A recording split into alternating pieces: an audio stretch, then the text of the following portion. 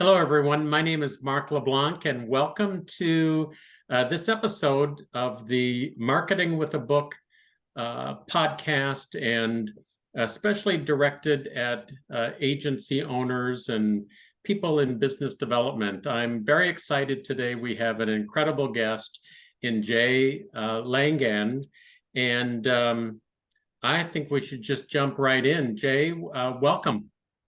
Thank you. It's nice to join you guys today. Well, your reputation precedes you. I'm just want to start out by asking you to, I don't know, take a few minutes or as long as you need to, but why don't you share what we would refer to as a defining story? Where have you come? What got you to where you are today? Where did it all begin? Sure. Wow. I could go way back, but I won't go too far. I think for me, after graduating college, I actually got into the advertising business on the sales side. So I worked for a number of years at Bloomberg in New York City. At the time, their media business was very small. And so I was able to start as a pretty young person selling print, eventually digital, television, radio, and got some pretty good experience there. During that time, I ended up meeting the original founder of Ocean Media, who has since exited the business, Mike Robertson. They launched a campaign with Bloomberg for Priceline, and I got to know Ocean Media a little bit. I also worked with many, many other agencies across the country over the 8 years that I was at Bloomberg. At a certain point, I decided with my wife we were going to try to move back to California, reached out to Mike, not thinking at all that I was going to go to the agency side, just figuring he would probably know a number of sales sort of contacts on the West Coast. At the time, he kind of said, hey, I have a better idea, an idea that I'd like you to run by you, which would be help us grow the agency. We're only 10, 11 people at this time. This is about 20 years ago. And I said, okay. And there were two accounts at the time. There was Priceline and a company called Pitney Bowes. I joined the agency. I made the big move to the West Coast. And Pitney Bowes went away and Priceline did an agency review. So I was a little nervous about my initial moments at Ocean Media. Fortunately, we managed to win the Priceline review and then really started sort of growing from there. Over the last 20 years, we've obviously grown quite a bit. We now have 180 employees. We're doing about 700 million in terms of billings across the different brands we work for. We actually still work with Priceline today, in addition to brands like BetMGM, Realtor, CarGurus, Etsy, so Rakuten. So there's some great clients that we're really proud of, and it's been kind of a fun journey. The agency has certainly evolved a lot over the last 20 years. Wow. Well, first, congratulations. You're what I would call a small business success story, or small business turned into big business. So congratulations on that. Tell me a little bit about Priceline, or choose another client as what we would refer to as a client success story. Maybe somebody who came to you that was on the smaller side, maybe a little bit more guerrilla work, and has grown with you along the way. And what did you do for them? Yeah, sure. It's a lot of the brands when they first start with us, some can be, actually, we work with Etsy, which is not a small brand, but what was kind of interesting is years ago, their CEO reached out and said, we have a pretty big business, but no one really understands what we do. And we also have an issue where there's a lot of people that will come in and they think of us just for specialty gifts. We are interested in doing some kind of a test in advance of fourth quarter, but we don't want to spend the kind of money you would need to spend nationally and take that type of a risk. So we identified a number of local markets, and the idea was, could we change the brand perception through a media campaign, but also could we show a measurable lift to their business? Because, in order to, again, if they did it nationally, the dollars would have been pretty large. So we did a local sort of test and control, and we're able to show good health from a brand metric standpoint. They saw some nice lifts, but they also saw a return on their ad spend that was pretty compelling. And it then sort of justified investing more in a national campaign. And they've since, this is now going back about 4 years ago, they've continued to scale over the last 4 years nationally. But again, it started off smaller. A lot of the brands we work with, some of them can be, whether it's new to television, new to sort of media in general, they're risk adverse. So are we. I think it's actually smart when you first get started is to not say, hey, I'm going to spend $20 million this year on marketing or $10 million. We often say, what's the least we can spend to get a reliable read on performance, and then justify and scaling the campaigns, but you're doing it based on performance and the fact that, it's clearly generating new customers and revenue. And also hopefully, when you're doing a solid ROI campaign, the brand awareness metrics and consideration also tends to go up nicely as well. I'm certainly not laughing at you, but it sounds like, and I guess I just want to kick this out as a possibility. It sounds though that whether you're doing $100 million a year or $10 million a year or $1 million a year or less, some of these problems and challenges and issues are really the same. There's just more zeros. Brett, what is our brand perception? Does anybody really understand what we do? How are we perceived in the market? Do we even know what we do and what our superpower is? I think that's right. I think one of the key things, particularly for brands that have very low awareness, is to make sure that we don't do the creative, but we're measuring creative across all these different brands. It's important to sort of tell your story and make sure that people understand sort of what the business is, why they should care, and what do you want them to do with that. So some sort of visit Etsy, visit Priceline, there is a key element in terms of driving response and brand metrics that you've got to have your name clearly in there. But particularly for the newer, less known brands, we launched a company years ago called Stitch Fix, and they had hired a very expensive creative agency in San Francisco to do their ad. We saw their ads, we looked at them, and we were pretty panicked because we went, no one's going to respond to this. It doesn't explain at all what they do. We sort of shared that point of view. They went back and hired another creative agency to do a different spot. That spot wasn't ready until probably 6 to 8 weeks later. So the first 6 weeks of the campaign, the performance wasn't very good. It was $400 or $500 to acquire a customer. We put the new creative on that was really explained, it was more testimonial driven, and it dropped within a week to about $60. So it also kind of highlighted the power of making sure that people understand your value proposition.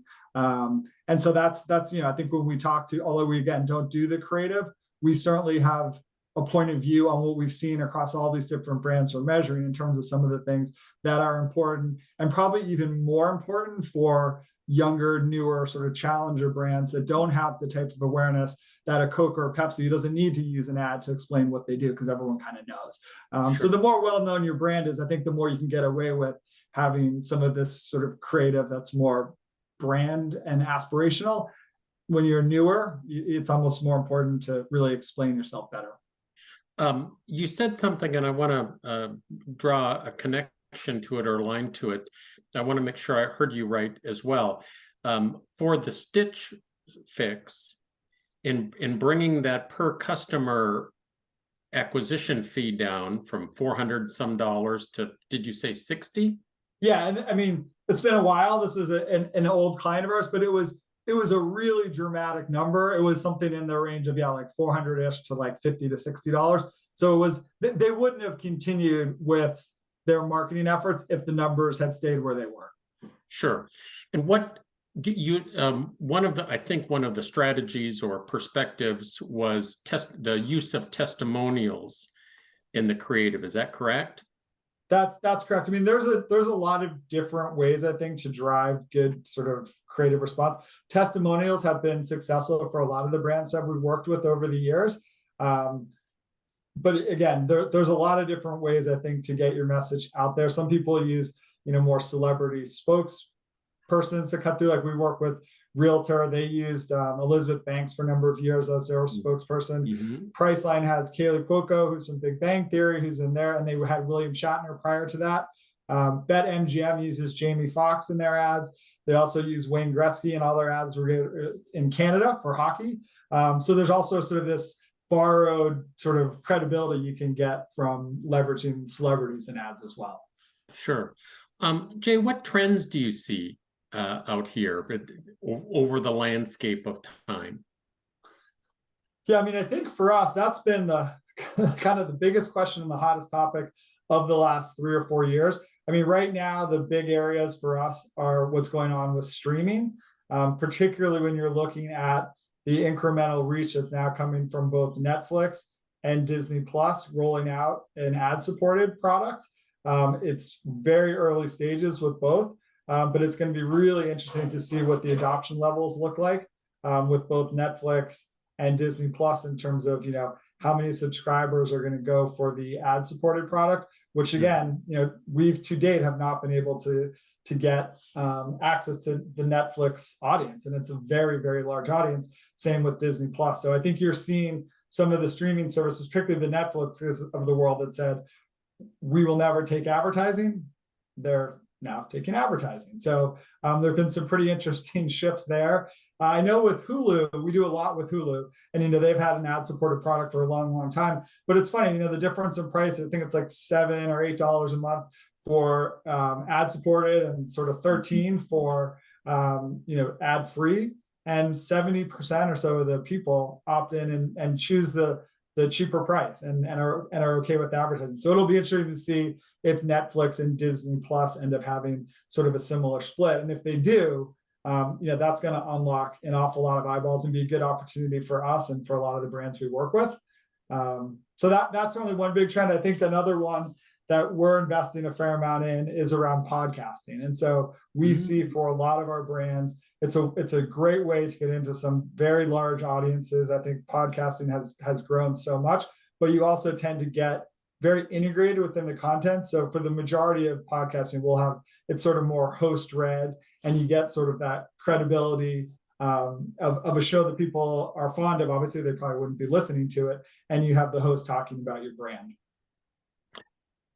Jay, when we hear some of the numbers and the clients that you serve, most mere mortals are going to think, Jay and his team have everything figured out.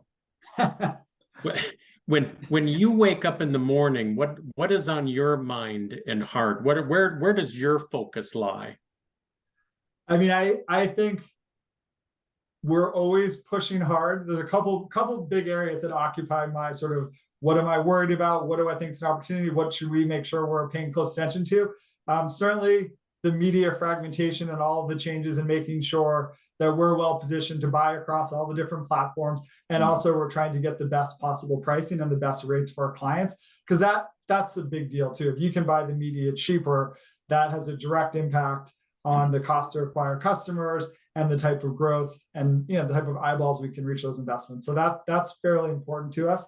I think the other piece of it is continuing to push really hard on attribution and ad tech. So we build out custom dashboards across all of our different clients, and we're pulling in, near real-time data. So we can look today at what our TV performance was yesterday for linear television. So we're getting minute level reporting from and again, most of our clients are e-commerce. So a lot of the activity, majority of the activity is happening on their websites.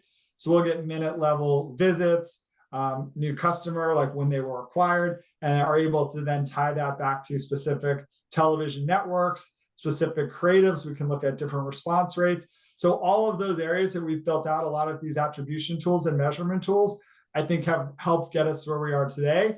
But with things continually changing, you can't relax in those areas. We are just continuing to invest and make changes. I mean, I'll give you one example.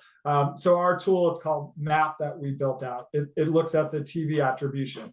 Well, one of the things that's happened that I think everyone's pretty aware of over the last few years is viewership. A lot of people are not watching live commercials. They're recording shows. It's time shifted. And so, but on the flip side, if you're watching an NFL game, you're looking at 95%, maybe even higher in many cases, of the people watching live viewership. So if we're trying to compare our cost per visit from something that's 95% live viewership to, say, Grey's Anatomy, where 40% or 50% could be time shifted viewing, what 8 or 9 years ago was an apples to apples comparison is no longer. So we now have to index the networks against live viewership versus viewership that's time shifted. So, as things change, you have to sort of evolve with the tools and the measurement and sort of think through how can we get the best possible read on the performance for the different brands we work for. So yeah, it's once you think you got something figured out, there's another curveball, and all the changes with privacy with Apple and a lot of the device stuff has also made it more complicated. So Jay, what if you're open to sharing, and if you want to pass, you can certainly pass. Can you give us our viewers and listeners an example of a strategy that you and your team implement to pick up a new client? In terms of if we're going out to sort of pitch new business? Yeah. Yeah, I mean, I think one of the things that we like to do, particularly if it's a brand that is already out there, which many of the reviews are, they're brands that are already advertising, we'll go and pull, from a research standpoint, exactly what they're doing and sort of see where they're putting their money, both from a media mix standpoint, how much is in television versus digital, try to align that against then what their target audience is consuming and making sure that sort of some of those things line up. But honestly, a big part of it is what would we do differently? And where do we see some really good opportunities? I think the other piece is when we come in and do demos of the dashboard and some of the technology that we've built out, that sort of helps to manage these campaigns and quite frankly, make them easier, because while we can walk you through the dashboard, our clients also have access to it. So if they get a question from someone on the board, hey, this week looks really soft, or we're having a really strong week, what does our media mix look like? They can go access a lot of this stuff in real time to understand sort of what's working well and maybe where there might be some places or opportunities to optimize. So I think kind of the combination of media strategies, some really good case studies and brands that I think we often see people go, how did Etsy do it? Or how did Rakuten think about that? How did they get started? They like to know that we've got the experience and have done that before. And then when you talk about helping to get smarter about attribution and analytics, that's I think a big point of separation between Ocean Media and even when you think about like the bigger holding companies, I don't think they think the same way that we do. And we got a pretty big head start in investing in this area. And part of what benefits us is our roster of clients, right? Because there's so many that are e-commerce, we're able to get that minute level type of data and then marry that with the media activity, third-party research tools that we have. And it allows you, I think, to make much smarter investments on behalf of the brands that we represent. Jay, did I hear you or understand correctly that if you identify a brand out in the marketplace that you want to pursue or court or go after, you're doing a lot of this research first to sort of see what they're doing and how it might compare with what you might do? Did I hear that correct? So, somewhat. You heard that partially right. So what we would do is if there's a brand that we think would be a really good fit for us, we would initially try, and listen, business development's hard. Sometimes it's just the timing's not right and someone's happy with their current relationship. But if we get a connection or reach out and there's some interest, the next step then would be, okay, it looks like there is an opportunity. Let's take a look at what they're doing. Then we would look to employ, sort of looking at their current media schedules and what we think we might be able to do differently or bring to the table. Because if you don't have some ideas that seem better and different to what they're doing today, the chances are they're going to kind of stay the course. A lot of the agency reviews that we participate in, it tends to be driven by some pain points, and that often comes out during the RFP in terms of, hey, a few years ago we felt pretty good about this. How do you guys think about the future? I think for a lot of even some agencies that had are pretty successful, that maybe were a little bit niche, like they were really strong with linear television, but they hadn't done as much with digital or CTV or podcasting. Like they're sort of struggling because it is more complicated now to buy across all these different platforms. And if you're not set up to do that very well, and also to apply some discipline measurement across, it's a tougher ask, I think, for a lot of agencies, and some just aren't set up as well to do it. So I think when there are some of those pain points, then they come and talk to someone like an Ocean Media, they sort of go, oh, wow, okay, yeah, we're not doing this. We would love to have a better understanding. Oh, you guys have dashboards, and it tends to be a pretty compelling case, particularly when someone maybe isn't checking all of those boxes for a brand. Mm-hmm. Because it sounds like you don't have any problems acquiring and attracting new business. I mean, no, we've had a lot of growth. It was 2021 was a big year of growth. We've launched in 2022. We've launched about 7 or 8 new brands this year, which for an agency is a pretty solid number. Mm-hmm. And I think the economy this year has been interesting, just because I think a lot more brands, and this isn't unique probably to Ocean Media, I think this is pretty much an industry-wide thing that's happening, are taking more of a wait and see on what their budgets are. So often we'd have really good clarity on budgets for 2023. I think a lot of clients going, hey, we kind of know what the first half of the year looks like. Let's put this here and let's see, do we go into a recession? Does inflation get better? Does, there's just, with uncertainty comes a little less clarity around budgets. And we're doing more scenario planning than maybe we normally would be for brands. Okay. Thank you. Fill in the blanks. A brand comes to us for blank and keeps us or stays with us because of blank. I like it. Interesting. Okay. I think a brand often comes to us because they're looking for a better return on their advertising spend, and they're looking for a partner that can do that. I think we have a lot of long-term partnerships. I think they often stay with us. One, because obviously you do have to deliver on, driving revenue, but I think they often stay with us for the analytics and the technology piece that we're bringing to the table, because that often really helps them look good. And they're able to go to their board and say, hey, this is what we're seeing, and we're seeing this on the digital side, we're seeing this, and sort of pulling that whole story together for them. I always feel like, it's a great compliment to us if one of our brands says, hey, we've got a board meeting in 2 weeks. We'd love you to put together some slides that we may want to use to kind of like that. To me is a big compliment that they are trusting us as their partner. So yeah, I think it's around helping them make the smarter investments with sort of a data-driven approach. That tends to, and once you build out some of these tools, particularly the dashboards, we're getting feeds directly from the client. We're getting feeds from third-party research. We're putting in all of the media activity. You're building these tools, and it's a joint effort with the brands. And so I think that also creates some stickiness, because we're building tools together that are valuable for us, but certainly valuable for them as well. And not that easy. I mean, I'd argue very, very difficult to try to go recreate that, with someone else.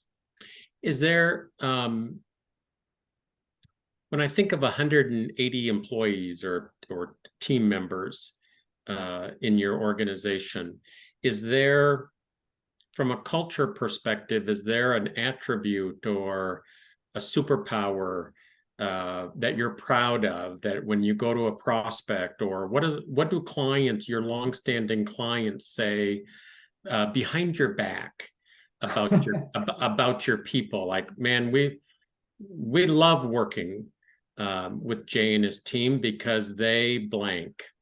What's the intangible?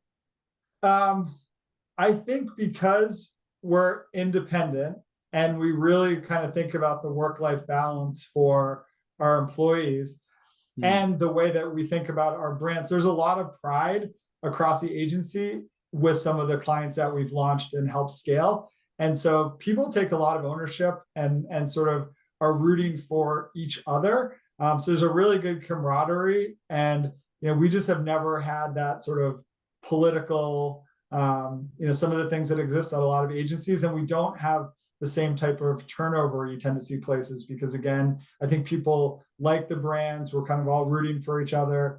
It's very accessible on the senior level, where we still think like we're smaller than we are. I think the interesting challenge, and this isn't unique to us, it's just been the curveball that COVID threw to lots of different office cultures. And so a lot of the employees that we've hired in the last couple of years, we don't have many people. We've made it optional to come into the office, so we don't have very many people that are coming in. And the other piece is if you're, like we are today, you're on a Zoom call or on a Teams call, it's great, it works, we can operate really effectively, but some of the culture is a little bit trickier. The people who have been at Ocean for a long time really get the culture, and the newer people, we're doing our best through Zoom and through sort of the relationships to make that work. But that is a challenge. We actually had the whole company out in August for something we called Ocean Fest, where it was like 3 days. We have people in 25 states now, all over the country. Everyone flew in, put people up at hotels.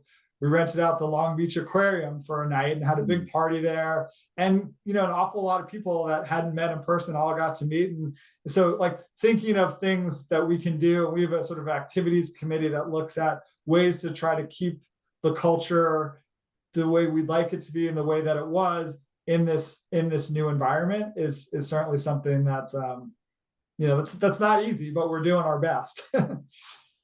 Well, thank you. It certainly is challenging, whether you have 180 or 18 or Yeah.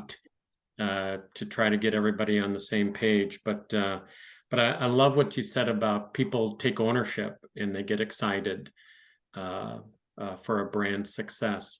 I have one more question, but if you have a tip for a small business owner, what would be a great next best step for a small brand? Yeah, so we've worked with a lot of small brands, some of which have turned into much bigger brands than where they started. But often, if you are a smaller brand, you're going to have smaller budgets, and the risk is going to feel much higher because those budgets, if it doesn't work, it's going to be more painful on a smaller scale. So we really try to look at, I think one of the key things is understand what your goals are, like what you're trying to accomplish, really get a good understanding of who you're going after, because that will help, whether you're doing it yourself or using an agency, that will really help identify, well, this is where we can reach the audience. Let's get the right message there.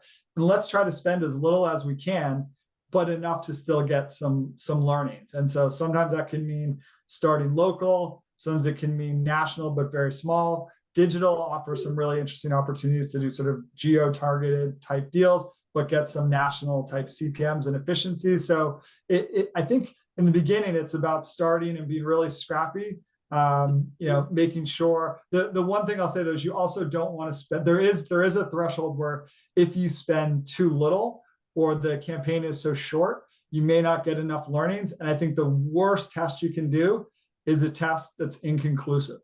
I'd rather have a test that's clearly unsuccessful because it would sort of highlight we shouldn't keep doing this, that didn't work. Or obviously if something's really successful, then you can start scaling. But it's a test that's unclear that I feel like the agency or the business owner has kind of failed. That's the biggest fail to me, is if you don't really understand whether it worked or not. Or why it worked or not. Yeah.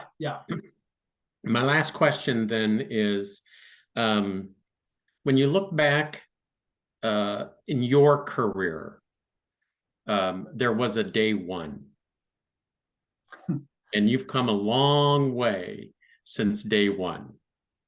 If you could go back to yourself on day one and give yourself a piece of advice, what would that pearl of wisdom be for you at that age on day one? Oh, that's a good one. I mean, I think it would probably be around encouragement that some of the early, no one's taking you seriously, you're a young person, you're trying to sort of get your message out there, that if you really sort of stick with that, the confidence will come. I think your capabilities will get a lot better. But there's, it's an intimidating, that those early days, especially for, I started on the sales side. So when you're starting in sales and you don't have a track record yet, those first couple of years can be challenging, but it's sort of about sort of sticking with it and starting to build on the little wins that turn into bigger and bigger wins over the years. Yeah. Thank you, Jay. Sure. Thank you. And thank you, everyone, for joining in for this episode. And thank you, Jay Langan, for joining us today and sharing your wisdom and insights and ideas and perspectives. At Indie Books International, we believe that marketing with a book and presenting yourself, or that the magic happens when people experience you, whether it's a presentation, a speech, a workshop, a podcast episode, that's when the magic happens. You can check us out at www.indiebooksintl.com. And that's a wrap.